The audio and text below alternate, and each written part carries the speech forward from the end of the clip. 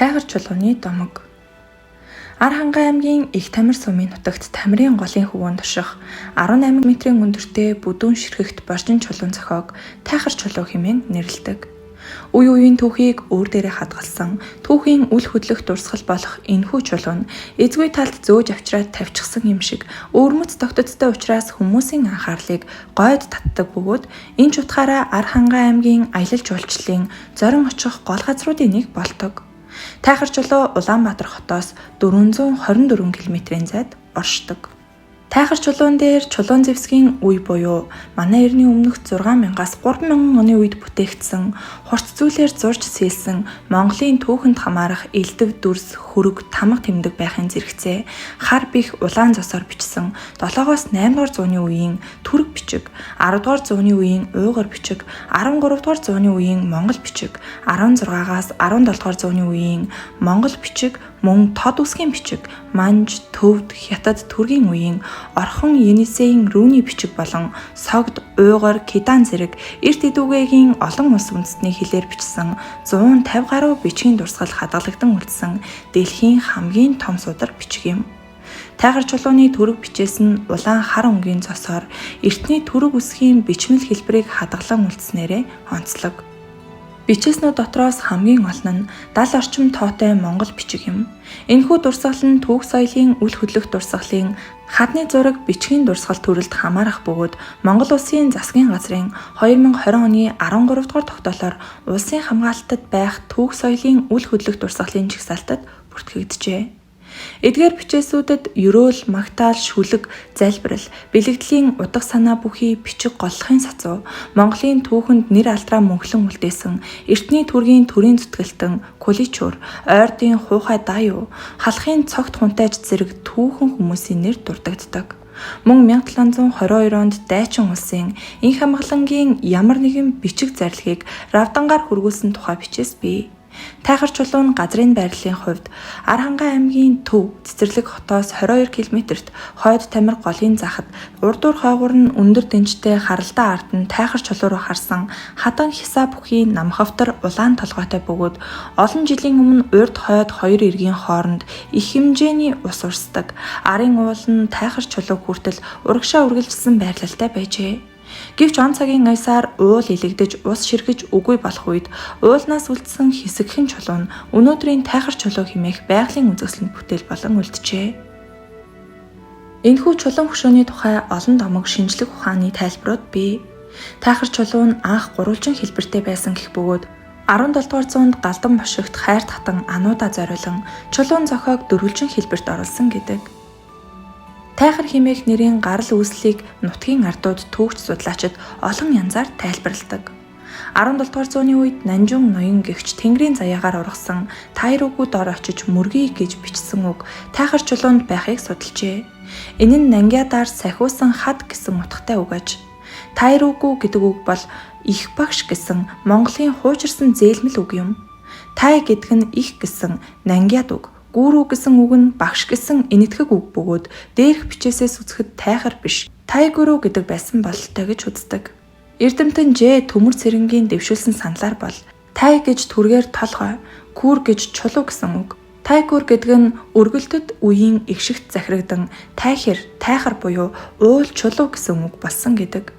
Энэхүү сонирхолтой чулууны тухай олон домог яриа байдаг. Эрт дээр цагт нэгэн авраг том могой худгаас зухан гарч ирэн замдаа таарсан хүн амьтныг залхин идээд газар нутгийг нь сөөрөөснээр ган гачиг үсгэлэн зовлон бий болжээ. Аюул заналд учирсан нутгийн ард иргэд улсын сайн бүх үлэмж хүчит бүх бэлэгт гихчид хил хөргүүлж авраг том могойг дарж аюулаас өөрсдийг нь аврахыг хүссэн юмсанж. Бүх бэлэгт ч маш тусч өрөвч сэтгэлтэй хүн байсан тул авраг могойноос хүн амьтныг аврахаар аль байдгаараа яаран гэрээсээ гарчээ. Ингээд булган уулын чулуунуудаас хамгийн том чулууг булга татан өөрч цагаан даваагаар давж тэр авраг махчин могойн зүг рүү явв. Чулуу түүний хувьд ихэд хүнд байсан тул замдаа амарч нэгэн уулан дээр сууж жаахан амс хийжээ. Түүний суусан уул нь сандал шиг дөрвөлжин оройтой байсан тул алтан сандал хэмээн нэрлсэн гэдэг. Бүх бэлэгт уг чулууг үүрч явахдаа мөн шивэрт хэмээх аманд хэсэг амарсан гин. Тэгтэл чулуу тавьсан газар нь цөмөрч ус олгойдон гарсан гэдэг. Ингэж шивэртийн халуун аршин үүссэн домогтой. Ингээд чулуугаа аваад босохдоо газар тулж шүү шаа гэж уулга алдсан учраас тэр тал газрыг шүү шаа тал гэж нэрлэх болжээ. Гараараа газар тулсанд тэрхүү тулсан гарынх нь хурууны мөрөөр 5 хэсэг уул үсжээ. Тэр 5 уулыг 5 тэг гэж нэрлэж гин. Ингээд үлэмж бийт сайн эр бүх бэлэгт авраг могоо гарч ирсэн худган дээр очиж тэр могоотой хідэн өдөр ноцлцсны эцэст ялан дийлж могоон толгой дээр өнөөх авчирсан чулуугаа дарсан нь өнөөх алдарт тайхар чулуу юмсанжээ. Ингээд энэ чулууг эхлээд тархи чулуу гэж нэрлэдэг байсан нь хожим хувирч тайхар чулуу гэх болжээ. Авраг могоо тархин дээрээ даруулсан чулуун доороос хөндлөн гарахыг оролдсон нь бүх бэлэгт нум сумаа авч зоон хөдлөхгүй болжээ. Хожим нь нум сум тавьсан могоон зоон дээр сайд вангийн хүрээг байгуулжээ. Зарим их сурвалжид хойд тамирын хөвөөн дээр урд талд нь эгцхэн ширээ шиг тэгш хадан хошуу байдгийг 5 тэг гэдэг. Авраг могоог дарсныхаа дараа бүх бэлэгт түүн дээр сууж тамирын голын усанд гараа угаасан гэдэг. Үүнээс хойш тэр газрыг бүх бэлэгтийн 5 тэг буюу суудал гэж нэрлэсэн гэдэг. Өндөр газраас тайхар чулууны дээр нум сум харагддаг гэлцдэг. Гэтэл бас могой маш урт сүүлээрээ хүмүүсийг оруулгаж алаад байсан тул бүх бэлэгт нэгэн уулын оройг аваачиж сүүлэн дээр нь тавьсанд могойн аюул дуусч ард иргэд үхэл мөхлийн аюулаас аврагджээ. Тэрхүү жижиг уулын оройн тайхар чулуунаас 5 км-ийн зай турших бөгөөд сүүл толгой нэртэй болжээ. Бүх бэлэгт дэвжээ гэхээр тайхар чулууны домог санаанд ордог.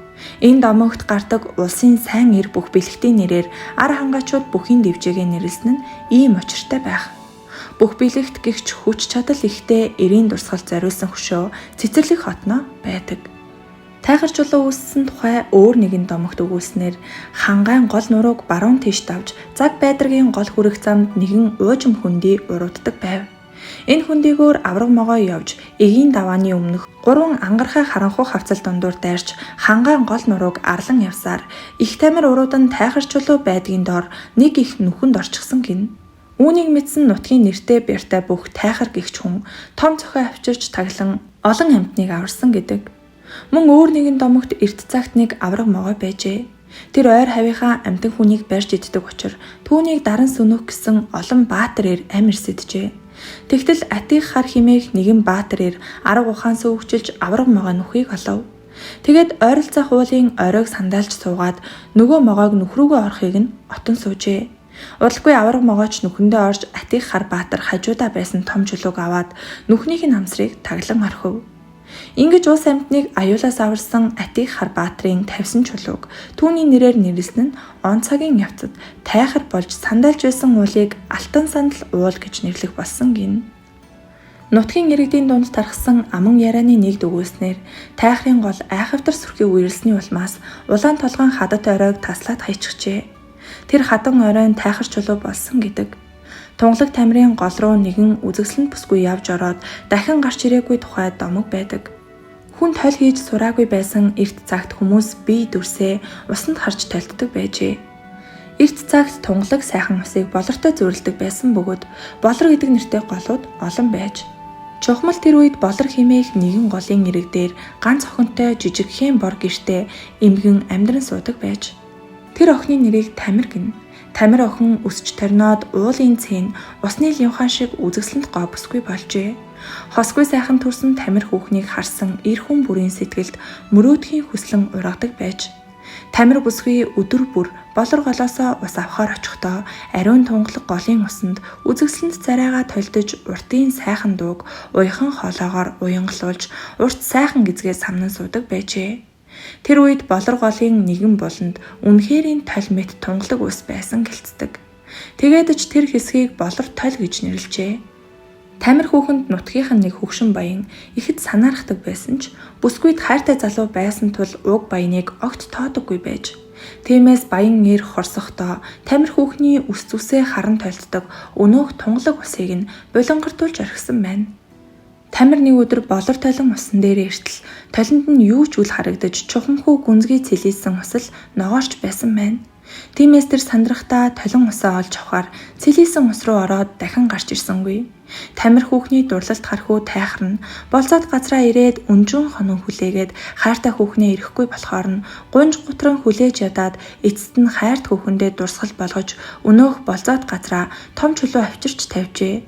Эдүүгээ тэр чулууг тайхрын чулуу гэдэг ба тэр цагаас болор голыг Тамир хүүхний нэрээр Тамирын гол гэж нэрлэх болсон гэдэг. Бас нэгэн домогт эрт цагт тэр нутагт бүх бэлэг гэдэг нэгэн бэр чадал бодол ухаан төгс заяасан сайхан ир амьдардаг байжээ. Тэрээр нэг удаа Тамирын голын уснаас ундаалan байж байтал гинэт авраг могой түүн рүү тарьжээ. Нутаг голынханд нь гал усны аюул тарьсан аимшигт могойг үзсэн тэрээр уулын дунд байдаг авраг хадаар дарж алжээ. Тунгалаг сайхан Тамирын голыг бохирдуулахаас сэргийлж эргээс нь нилээд зайдуу газар могойг алсан гэх мэт тайхрын чулууны тухай яриад байвал маш олон домог байдаг. Дотоодын аялал жуулчлал ихсгийн хэрээр тайхарчулаг зорин очигсод шар тосоор ард урд нь ялж сүү цагаан идэ өргөх чулуунд хадаг уях гэх мэтээр бохирдуулсаар байна. Очсон ирчүүд нь дээгүүр нь чулуу шидэж давуулан хүчис сордог. Чулуу давуулж шидэж чадсан хүний хүсэл биелдэг гэх мэт мухар сүсэгт итгэж чулуу шиддэг нь хүртэл тайхарчулаг маш ихээр гэмтээжээ. Тайхар чулуунд бичиг сэлж үлдээсэн хүн нэрээ бичдэг байсны дээр алдар цоол хэний харьяат болохоо тэмдэглэсэн байдаг. Энэ нь орчин үед хүртэл өвлөгдөж бүр эртний сог дрүүний бичээстэй хэсэгт хүртэл өөрсдийн нэр, аймаг сумаа он цаг хугацаатай нь будгаар бичиж үлдээж буйн эртний зурагт бичээсүүдийг устгах, ирээдүйд үнцэнгүй чулуу болгох нөхцөл болоод байна.